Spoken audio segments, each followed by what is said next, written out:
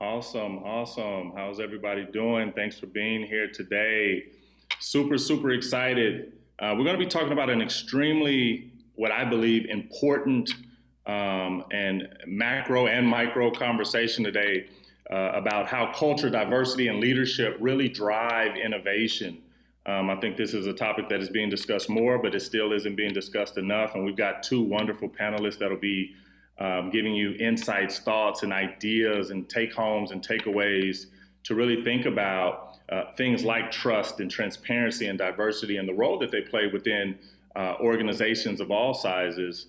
We're hoping you guys really enjoy today and take a lot away from it. Just as some just kind of general overview, housekeeping type things, we're going to do some introductions so you guys kind of know who the players are on the panel today, myself included. And then again, we're really going to try to dive in and walk through some of the practicalities behind a lot of these, again, nuanced conversations that I'm sure many of you have heard about. And so excited to get into it today. And I hope everyone is just as excited as I am. I think we'll also be taking some audience questions later on. We've got a diverse set of questions that we'll be facilitating, but we look forward to hearing from the audience as well. So with that being said, without further ado, I think we have a quorum here. So let's get into it and have some fun. Founder and CEO of Ettitude, which is Phoebe Yu, and then also Dominique Bergers from the Global Retail Insight Network. They're going to be speaking today about trust, transparency, diversity, and how it shapes the commitment and growth of their clients and their community. I am your moderator and your host today, Craig J. Lewis. I'm the founder and CEO of Gig Wage. We're going to get into it. Let me tell you about our wonderful panelists, give you a little bit more details about them. So regarding Phoebe, she's the CEO and founder of Ettitude. While shopping for her own home, right, while moving from Melbourne, Australia, Phoebe spotted an opportunity within the bedding market to create sustainable luxury for less. Her vision for revolutionizing the bedding industry saw Phoebe bridge together the entrepreneurial instincts, passion, and sustainability, and understanding of the fabric of technology. In 2019, Ettitude was named International Conqueror by Online Retail Industry Awards. Dominique is a D&I, and I always like to say DE&I, right? Because you got to have that equity piece in there. She's a DE&I champion, feminist, and anti-racism educator and activist. Her engagement and advocacy are rooted in her own journey through really internalized racism, racial awareness, inner conflict, and self-healing. Through her unique perspective, she explores the topics of identity and racial justice, inclusion and allyship in the workshop and in society, in the workplace and in society with empathy and courage. And so those are our wonderful panelists, just high levels. They'll be able to tell you a little bit more about themselves. I'm excited. Some of those key words you hear in their introductions, like empathy, like courage, these are all things that are really important when you think about the bold steps and the audaciousness that it takes to lead in this manner. So we're going to get into it. Let me give you a quick overview of who I am and why the heck they asked me to moderate this topic. My name is Craig J. Lewis. Like I said, I'm the founder and CEO of a technology company called Gig Wage. We help businesses and platforms primarily pay freelancers, independent contractors, and gig workers.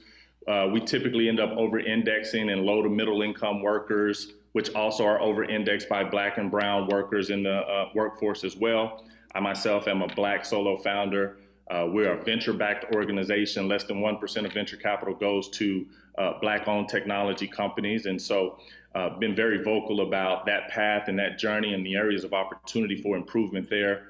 I'm also a speaker and an author and all of those good things. But most importantly, I'm just eager to learn. I'm an avid learner, and today I expect to learn a lot from our panelists.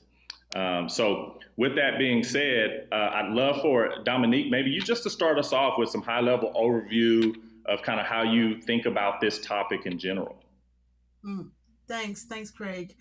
And so as you beautifully said in the introduction, mine's really a journey of even kind of self exploration, and getting into more consciousness of what it is to be what it is to be like us, to be a racialized person, as we say here. The my story is that I grew up into a white family, so this kind of dual, not only being Afro descendant in Europe, but also kind of growing into a white family, and kind of always this level of consciousness in a way that you're not quite the same, but also not as a child realizing all of those differences in a very precise way, and then growing more and more to realizing what it entails really, and what how it affects your life and who you're going to be in your life, in the workplace, etc. So as I was going on that journey, it's also affected how I was seeing that through kind of the professional eyes, and realizing that the two weren't separate. And it was like the person that I was, and those realizations I was making for myself as a person, they were coming with me as a professional, and it became sort of entangled together. And it's part of what I do day in and day out, is really kind of, facilitating these conversations, really to kind of understand each other, and really trying to drive inclusion. Awesome. No, I think that makes a ton of sense. And again, it's obvious why you're here today. Phoebe, part of your culture is to be inclusive at your company, right? And allow employees' voices to be heard, especially since your product and company is looking to make an impact by leading with comfort and consciousness. Can you share more about your company and how you maintain culture and how you drive curiosity and trust in the organization? Yeah, great. Good question. At Attitude, we are a purpose-driven lifestyle brand, offering home essentials that are soft on our skin and gentle on our planet. So our mission is to create sustainable comfort for people and planet by making today's decisions for our collective tomorrow. So we want to create a sustainable and ethical workplace culture, extending even beyond our brand. And also transparency and belonging are core to our culture. But to champion transparency and diversity also requires a lot of investment, both in your people and in financial resources, right? You have to walk the talk. So we have a lot of things to make sure that happen. So for example, like we have quarterly business reviews that we share finance metrics with the entire team, even like part-time customer service, so they really understand how the company is doing financially. We also have a recruiting tracker, a document also accessible to the entire team where we share all our opening positions, who we are hiring on the pipeline, who are on the hiring committee for each role, and what they are assessing for those new hires. Or team can even apply if they see some new position, they can get a promotion inside the company. They can also, from that recruit tracker, say, oh, am I suitable for that job? We also have multi-Slack channels to share updates, weekly all hands meeting during the COVID environment for the last 14 months, or so a monthly company-wide newsletter to keep sharing just what's happening in the company, so everyone knows what's going on. Especially people did express during the lockdown. Usually you can have all those water cooler chats, so you know what's going on in the company, but while you're working from home, so even overly sharing just what's going on is really help them to feel that the transparency and the belonging for the company, even from a remote environment. So that's a little tip here. We also have a feedback loops. We have anonymous feedback type form, employee, if they don't feel comfortable to share with their managers or even we also have a director of people and culture. If they still don't feel comfortable to share directly, they can use that anonymous form to give us feedback. We have open office hours of the whole leadership team available for a team to also dial in our Zoom link to ask any questions privately. We have our biannually cultural and employee engagement survey, and we share results and also action plan with team. Our team really appreciate that. We're very honest, share what they think is good or bad. we openly share that result. The first time we do that, they feel really surprised that we are that honest about that. We also have a quarterly RACI model. We help to everyone align on our key priorities that we were working on for the next quarter and make it's clear. So the RACI means we're usually, so who's responsible, who's accountable, who's being consulted, and who's informed for each project. Because like in any given time, we have so many projects going on, so that RACI model is also a collective document. Everyone chip in, not just the manager or leadership to fill that in. So the whole team fill that in. So they more also feel very clear what their priority is, what they are accountable, responsible for. And because we come up with that collectively, they are more sign on those projects that they are very passionate to work on. Yeah. Awesome. No, that's great. You hit on so many wonderful points there. We could take a deep dive down a number of those paths. One of the things I've seen in my organization is as you try to focus on transparency, ultimately at the core of that, what people are often looking for is honesty, which I thought you touched on. And I think people oftentimes have some difficulty with that because, there is a difference between being transparent and ultimately being honest. Right. And so I think that's one of the interesting things to navigate. And I saw you, kind of address both of those just now in your chat. I'd like to maybe double tap on that, Phoebe, and kind of move to another harmonious type of interaction between, this concept of empathy and accountability.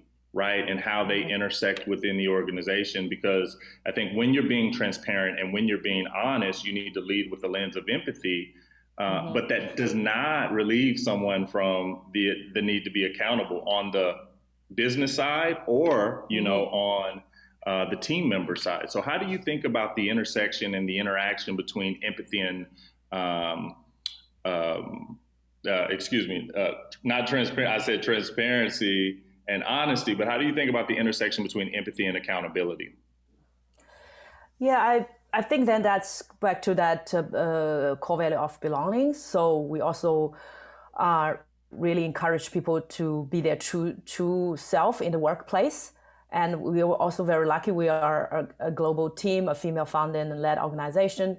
We have tremendous value on diversity, equity, and inclusion. So we have employees that we all come from around the world, like China, Australia, Brazil, Russia, Hong Kong, Vietnam, Egypt, and the US. Even with a small team, we have people from all over the world who really encourage them to share their cultures, different cultures. We have lunch and learn, like we shared what's the interesting thing in your own culture, and also always encourage them to bring to the table different ideas. We also have people come from different industry. Not everyone come from e-commerce or even the textile industry, but I also think that different perspective is very interesting. We in our all hands, we always not all hands, sorry, in our one-on-one meeting, we always encourage like the two-way feedback. We put that first on the agenda in every one-on-one meeting is what is the feedback. Also encourage like feedback to your manager, up feedback.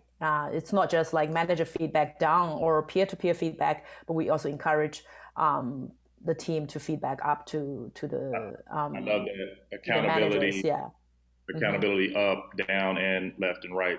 That's awesome. Yeah. Thank you for that. Yeah. Thank you for that, Phoebe. Next question is for Dominique, right? So, based on your experience, what are some of the things or some examples of how you've been able to help or seen people navigate leadership in an organization that may not understand that people are different, come from different backgrounds, have different experiences, have different circumstances and different needs. How have people been able to navigate that in leadership positions from what you've seen in the market? Thanks, Craig. Yeah, I mean, and actually, piggybacking on what Phoebe was saying around the trust and the psychological safety, this accountability piece is so key because it's not just about saying, oh, I trust the people know that they can be honest with us, or I'm sure we have a culture that encourages that. It's about making sure that you have the environment that supports that. And it starts with, having spaces for honest dialogue starts with stopping to shoot the messenger. Have you actually got intentional processes for like even like celebrate the messengers, like starting or ending your meetings with, okay, give me the bad news. And the more you start to have this kind of mindset shift, the more people are also going to be comfortable sharing the stuff that is a bit awkward, because it becomes a way of working together and a way of communicating that celebrates all the stuff that's out of the ordinary or the unexpected. Because as long as we just kind of assume that we know how comfortable people are feeling and what they are feeling, it's wrong, because there's so much we don't know about one another. If we think of code switching, the mental load that people of color have and bring with them in the workplace, a lot of people don't realize that necessarily, because it's something that we are so good at hiding, that we are so good at kind of putting on the shelf, and we put on our work clothes and we go to work and we blend in, and we've been taught to do that. Just work hard. Our parents, I don't know one person of color who doesn't have a story of their parents telling them, you are going to have to work twice as hard to make it, and if you just work hard and like you don't make a fuss, then you'll make it. And so that's kind of the mindset that we all bring or use, we're used to bringing with us to work. So assuming that it's just easy to step out of that, something that we've probably spent our entire lives, living through, assuming that it's easy to just like speak up and say everything that's, and especially since we have, I guess, in society in general, a culture of shooting the messenger. So I think it's, even if we are really, and we believe in our hearts really that we want to be inclusive and that we are doing the things that we need to do to be inclusive, we tend to be defensive when something is being pointed out that's not exactly what it should be. And so the moment we start to do that, then the person who actually was brave enough to speak up and put themselves in a very vulnerable situation, the minute we show defensiveness, especially if we're in a position of leadership or power, then the person is just gonna, shut down. So it's really important to really foster that culture of celebrating the bad news, and really kind of intentionally encouraging the diversity, like the tension, in discussions. Yeah. Yeah, no, I think that's great. I think, we've spent the first half really laying the foundation and kind of highlighting and talking about some of these great topics around diversity, around culture, transparency. But one of the things I'm pretty well known for is, hey, we are running businesses here, right? And so I love to focus on this intersection between profit and purpose, right? And I think a lot of these terms and this consciousness that we're discussing is about the purpose, right? At Gig Wage, our purpose is economic empowerment. Everyone in the company can state that really clearly. Economic empowerment for the people getting paid, for the companies paying them, for the employees in our organizations, for our shareholders. We think we can drive economic empowerment up and down this kind of gig economy stack. And so when you guys think about, you talked about shooting the messenger and the leader kind of retreating in these tough conversations.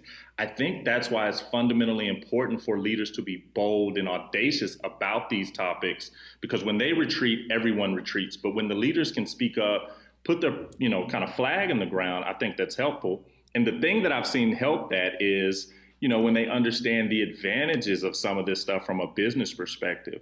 I'd love to hear you guys' point on, just how leaders are engaging with these purpose-driven ideologies and concepts, because I've noticed an uptick in people wanting to be involved, even if they don't have a true understanding and true empathy, because the data is truly starting to show that these concepts are good for business. I'd love to hear you guys' thoughts around that just in general. Either one of you can take that. I can go. I think fundamentally, and I know what you're saying around like convincing someone of the business case. I do think ultimately, when the two aren't linked together, the purpose, really genuinely the values, it doesn't go very far. Then people could just smell it from a mile away. The consumers can smell it, your employees can smell it, and it doesn't go far. I think that the companies that are successful at making it happen are the ones that truly believe in it, and are really living those values day in and day out.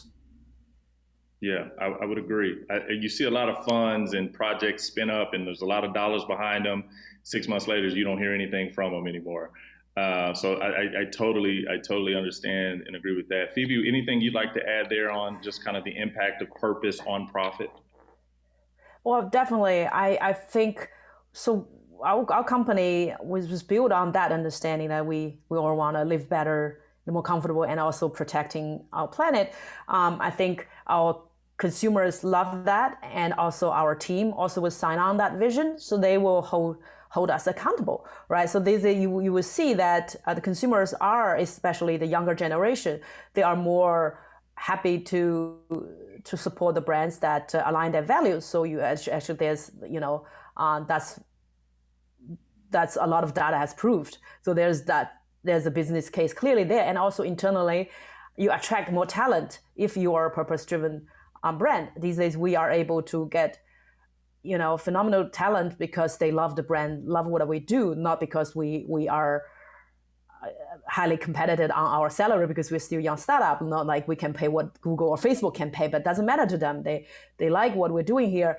So I think that's a very clear business case to me. It's really help us to attract the talent at a more that a price we can afford. Love it. I think that makes sense. Let me transition into really the buzzword of, well, I guess there were several buzzwords of the last 12 to 15 months, but diversity is a big topic, and it umbrellas a lot of what we're talking about, and a lot of the concepts we're talking about are required to really have a diverse culture. And I often think that diversity is a multiplier of innovation. We've talked a little bit about purpose leading in the intersection with profit. Innovation is another thing that is at top of mind as tech drives a lot of businesses today. And innovation is not just technology, but I think that's oftentimes one of the first places our minds go. With the various events over the past year, how have you been able, or what have you seen, or any ideas around how companies and organizations have been able to successfully innovate, right? But also enhance culture, diversity, education within their organizations, right? How has diversity really, served as a driving factor for innovation? What are some of the, best practices you've seen out there, or examples you've seen that you might could share with the company? I'd love to start with you on that one, Dominique.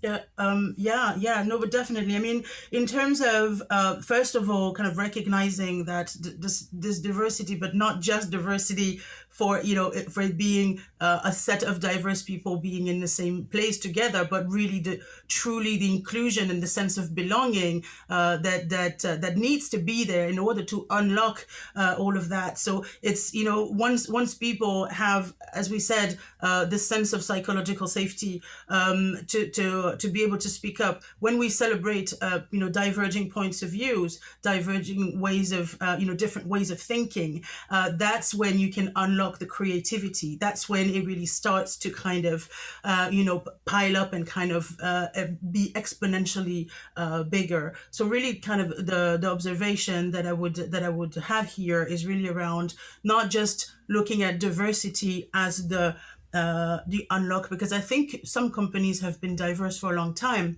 but it's also around the real inclusion, and like this feeling like you are part of something. So I think we all know the Werner Myers quote about being invited to dance, and I heard one that was so brilliant. It said maybe we should start shifting or pushing the saying for as far as saying actually inclusion should be being asked to participate in the choice of music. And I think that's spot on, because it's like, maybe not, stop dancing to somebody else's tune, but maybe we all choose the tune together. And once you start to have this sense of belonging and you dance like no one's watching, then the magic is happening. The entrepreneur in me says, throw your own damn party. I love to throw my own party, right?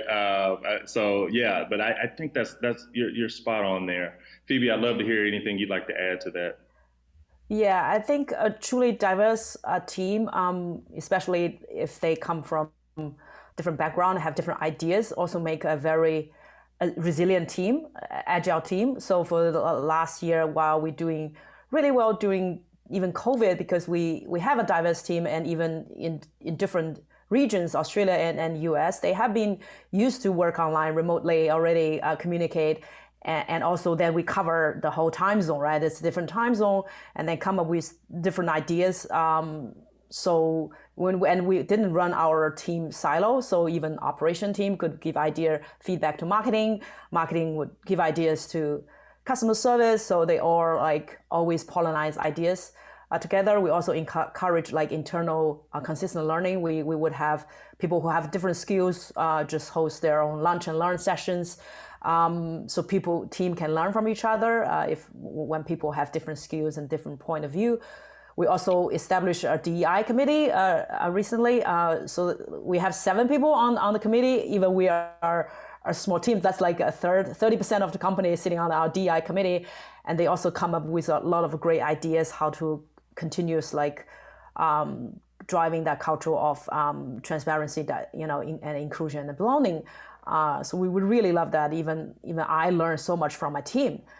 So I think if on the team everyone think like me, then I wouldn't get all these very helpful perspective. I think that definitely give your company a competitive advantage, that if you have that true diversity. That's awesome. So we only have a few more minutes. I want to talk about a topic that's near and dear to me, actually.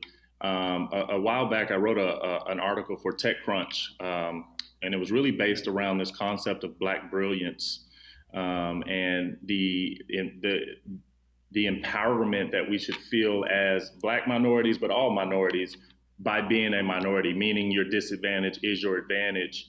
A lot of that was rooted in the resilience that is required. Dominique, earlier you talked about working twice as much, et cetera. And I think all minorities have experienced the need to feel like they have to work harder to succeed. I would argue that that's actually a competitive advantage, though, because you're honing your skills and you're understanding the grit and the determination that is required in business. What are some examples of resilience you guys have endured through, or examples of resilience and perseverance and this extra work ethic that's tied to the brilliance of being a minority? And Dominique, I would ask you specifically a Black minority. Yeah, no, definitely, and we can add to that, like sending twice as many CVs, or maybe like taking your photo away from your out of your CV, things like that. So there are a series of things that are a very real reality to some people and get in the way, but actually make you have to be more resourceful, more creative. It's kind of a drive, a relentlessness that you have to develop growing up from a very young age, and that is something that you hone and you learn to harness, and that drives your success, as you were saying, like through your own party. But no, definitely. So I would say, for example, me as an educator, one of the things in terms of my identity is growing as the person who was different. It was always also giving me a lot of information about the other, and so being able to understand how other people think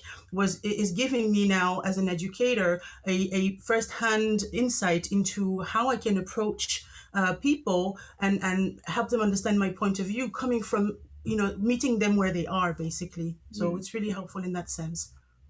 Yeah, that's awesome. I think as entrepreneurs and professionals, I think understanding what it takes minorities to get to a certain point, that might to even get to equal playing field. I think the people that understand that will see that as an investment in ROI and amazing talent and opportunities, and that's really the kind of the point of a lot of this. I think, again, having a great culture, having a diverse team. Really being conscious about how you're leading your organization or your department or your company has real business value. We could talk about this for another hour, And obviously, Phoebe has just wonderful, tactical, really specific examples of how she's building her company. And Dominique, you've just been phenomenal with some of these higher level concepts. I want to thank both of you for your time today. I hope the audience got as much out of this as I did. If not, oh well, I got a lot of it. So thank you guys so much for your time and for this intellectual horsepower that you brought to the table today. Thank you. Thank you.